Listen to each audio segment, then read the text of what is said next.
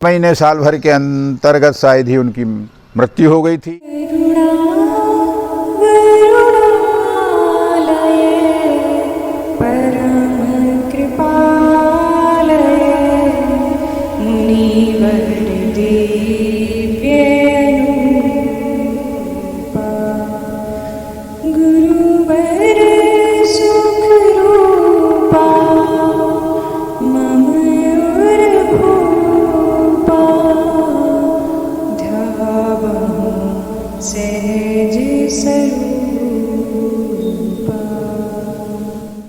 मित्रों, साधु चरित्र अगाध जल दिशा, मेरा मन पीपल का पत्र, डूब न पाए फिर यह कैसे, थाह बताएं इसकी मित्र।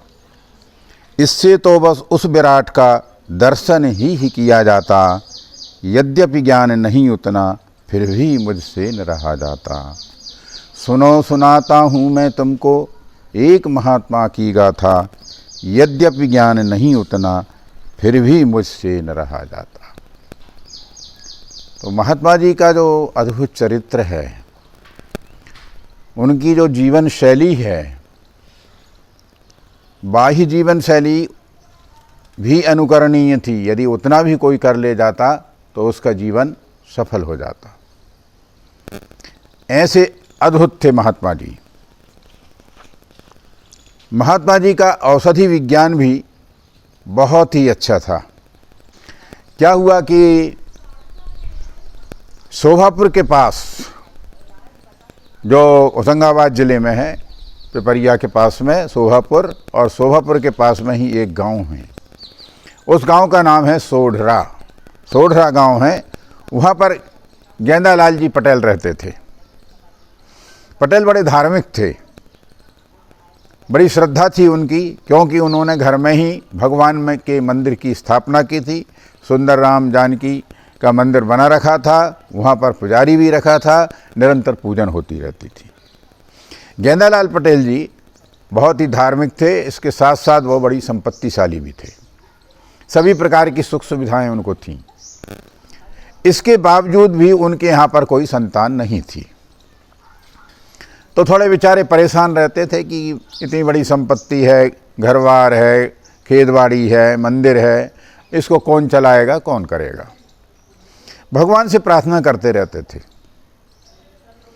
मन ही मन भगवान की निरंतर उपासना करते रहते थे कि भगवान मेरे यहाँ पर एक पुत्र होता। इसी बीच में उनका डूमर जाना हुआ। डूमर जाकर के महात्मा जी से संपर्क हुआ भगवान की कृपा से, क्योंकि बिनु हरि कृपा मिले ही नहीं संता। जब तक भगवान की कृपा ना हो तो संत मिलन भी संभव नहीं है। महात्मा जी मिले। महात्मा जी के द्वारा कहा कि महात्मा जी, मैं आपकी शरण में आया हूँ और मेरे मन में पुत्र की कामना है। कि भगवान वो तो सब ठीक है, चलो अपन सोढ़रा में एक अनुष्ठान करते हैं। सोढ़रा में सच्चंडी का एक अनुष्ठान महात्मा जी के माध्यम से कराया गया। यद्यपि महात्मा जी इन कार्यों में कोई खास विचार नहीं करते थे कि ये कराया जाए इस तरह से, और वो उस तरह के महात्मा थे भी नहीं। लेकिन चूंकि हम लोग उनसे जुड़ गए थे, इसलिए महात्मा जी ने कुछ काम ऐसे अनुष्ठान या यज्ञ कराए। वो चाहते थे कि हम लोगों में एक प्रकार की जो है मन की प्रसन्नता आए, आनंद आए, और ये गरीब ब्राह्मण के बालक जो है आनंदित रहें। ये भी महात्मा जी की एक विशेषता थी।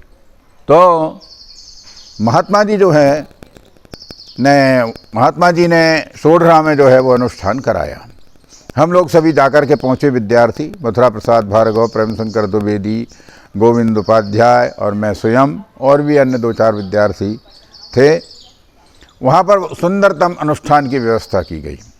महात्मा जी का जो कार्य था, चाहे अनुष्ठान हो, यज्ञ हो, जो भी कार्य कराए, चाहे छोटे हों बड़े हों, वो 1 नंबर के ही होते थे। 1 नंबर की ही उनकी व्यवस्था होती थी। ब्राह्मणों के लिए वस्त्र हों, वो भी 1 नंबर के। ब्राह्मणों के लिए भोजन, नाश्ता इत्यादि फलाहार, वह भी 1 नंबर का। और ब्राह्मणों से कार्य भी वो 1 नंबर का ही लेते थे। इस प्रकार से महात्मा जी ने सोडरा में एक अनुष्ठान कराया। अनुष्ठान के बीच में भी पटेल साहब ने प्रार्थना की महात्मा जी से और कहा कि मेरे यहाँ पर एक संतान उत्पन्न हो जाए। तो महात्मा जी ने कहा, भगवान तुम्हें शादी करनी होगी और शादी के बाद ही संतान उत्पन्न हो सकती है। तो इस प्रकार से उस अनुष्ठान के बीच में ही एक घटना होती है कि जो दूध लगाया जाता था, भैंस का, गाय का दूध आता था, तो महात्मा जी के पास 5 किलो, 6 किलो, 7 किलो ब्राह्मणों के लिए दूध आता था, वहाँ रखा जाता था। तो महात्मा जी उठाकर फेंक देते थे और ब्राह्मणों के लिए दूसरा दूध मंगवाते थे। लोगों के मन में बड़ा आश्चर्य होता था कि महात्मा जी सब दूध फेंक देते हैं, इतना बड़ा कार्य हो रहा है, पैसा लग रहा है, इसके बावजूद भी जो है महात्मा जी जो है दूध फेंक देते हैं। तो महात्मा जी ने कहा कि चलो भाई दूध क्यों फेंकते हैं, भी तुम्हें बता देते हैं। महात्मा जी चुपचाप पटेल को साथ में लेकर के और गौशाला में जाकर के पहुँचे। गौशाला को सार भी बोलते हैं, सार में जाकर के पहुँचे गौशाला में।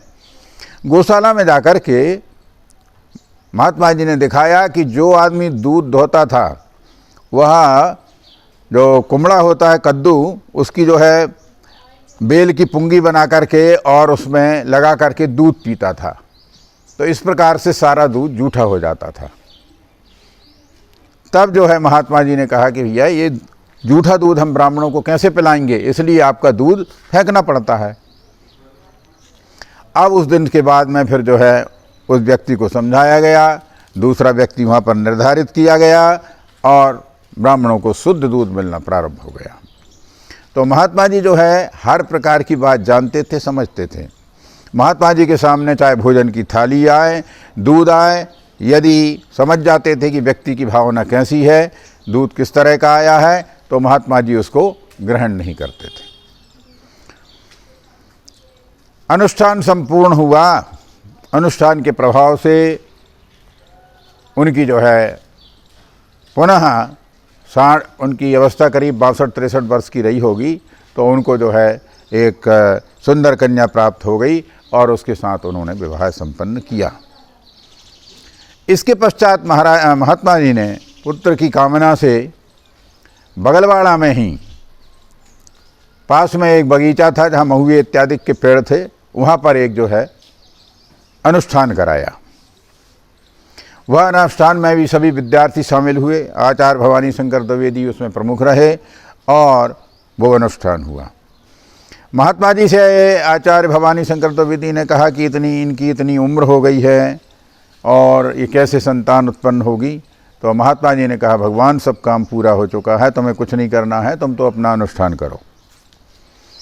वहाँ भी अनुष्ठान इस प्रकार से संपन्न हुआ और फिर महात्मा जी ने महेश पटेल मोगरा वाले जो जाते रहते थे, उन्हें जो है कुछ लिस्ट बनवाई औषधियों की और उनको जयपुर भेजा कि जयपुर से ये औषधियाँ लेकर के आओ। महात्मा जी जानते थे कि किस जगह पर कितनी कैसी अच्छी औषधियाँ मिलेंगी। पटेल महेश के द्वारा औषधियाँ लाई गईं और औषधियों को साफ करके धो करके तैयार कराया जा रहा है। अब महात्मा जी ही जानते थे वो किस प्रकार की कौन सी औषधि थी। फिर महात्मा जी को उस औषधि में मिलाने के लिए बकरे का मूत्र चाहिए था। बकरे का मूत्र जो है उसमें डालना था और दूसरे जो है मातवान घोड़े का पसीना। चलिए, मातवान घोड़े का पसीना तो मिल गया, लेकिन बकरे का मूत्र मिलना बहुत मुश्किल था, क्योंकि बकरा कूदता है तो मूत्र मिलना बहुत मुश्किल हो जाता है। तब महात्मा जी ने क्या किया कि एक छोटी मटकी ली और उस मटकी को लेकर के उस बकरे के नीचे बांध दिया गया। किसी तरह से जो है बकरे का मूत्र भी इकट्ठा हो गया। इस प्रकार से महात्मा जी ने औषधियाँ तैयार की और उन औषधियों को 6 दिन और 6 रात तक घोंट करके महात्मा जी ने तैयार किया उस औषधि को। 6 दिन और 6 रात। जब औषधि तैयार हो गई तब पटेल साहब से बोले गेंदालाल जी से कि तुम मेरे पास में रहो और मेरे पास में रह कर के ही इन औषधि का सेवन करो। घर पे तुम नहीं रह सकते क्योंकि तुम्हें ब्रह्मचर्य से रहना है। तो प्रतिदिन 1 पाव या आधा किलो घी या जो है 1 किलो दूध, इस प्रकार से जो है पटेल साहब को खिलाना पड़ता था क्योंकि औषधि बहुत गर्म थी। महात्मा जी ने 6, 7, 8 दिन हुए तो पटेल साहब बोले कि मैं घर जाना चाहता हूँ। तो महात्मा जी समझ गए। महात्मा जी ने कहा भगवान अभी नहीं जा सकते, यहीं पर रहना होगा, जब तक औषधि का संपूर्ण सेवन नहीं हो जाता है तब तक तुम नहीं जाओगे। इस प्रकार से पटेल साहब ने महात्मा जी की आज्ञा मान करके जितना भी समय महात्मा जी ने निर्धारित किया था, संभवतः 20-21 दिन का, तो उतने समय उनको रखा, औषधि का सेवन कराया। औषधि का सेवन करके पटेल साहब जो है फिर उनको छुट्टी दी गई और घर जा कर के पहुँचे। इस प्रकार से पटेल साहब के यहाँ पर समय आने पर एक सुंदर पुत्र का जन्म हुआ और उन पुत्र का नाम जालम सिंह जी रखा गया। आज जालम सिंह पटेल सुशिक्षित हैं, उन्होंने एम.कॉम किया है और बड़े तेजस्वी हैं। घर में सभी प्रकार की सुख सुविधा संपत्ति तो विद्यमान है ही। राजनीतिक क्षेत्र में, सामाजिक क्षेत्र में, धार्मिक क्षेत्र में वो जुड़े हुए हैं और अच्छी तरह से अपना जीवन व्यतीत कर रहे हैं। इसी प्रकार से पटेल साहब जब एक बार और पहुँचे महात्मा जी के पास कि महात्मा जी मेरे यहाँ पर एक कन्या और उत्पन्न हो जाती तो मैं जो है आपके लिए बड़ा मतलब आपकी कृपा हो जाती, कन्या हो जाती तो मैं उस कन्या का दान करता। महात्मा जी ने फिर उनको 5-6 दिन अपने पास रखा और फिर वही औषधियाँ जो है उनको सेवन कराईं। उनके यहाँ पर कन्या रत्न का भी जन्म हुआ। हो सकता है कि वो कन्या का दान नहीं कर पाए हों, लेकिन कुछ ही समय के बाद जब महात्मा जी से मिलने के लिए आए तो महात्मा जी का तो स्वभाव ही अलग था। उन्होंने शिव कुटी के ऊपर चढ़ने नहीं दिया, भगा दिया उनको कि अब तुम मेरे पास लौट करके मत आना। कुछ 6 महीने साल भर के अंतर्गत शायद ही उनकी मृत्यु हो गई थी, ऐसा सुनने में आया था। इस प्रकार से महात्मा जी ने उनके कुल और वंश को बढ़ाने का कार्य किया। तो महात्मा जी का एक अभूतपूर्व औषधि विज्ञान था। आज इतना ही। यदि आपको वीडियो पसंद आया है तो लाइक करें, सब्सक्राइब करें, मित्रों से शेयर करें, कमेंट्स करके अपने विचार प्रस्तुत करें। धन्यवाद। हर हर नर्मदे हर।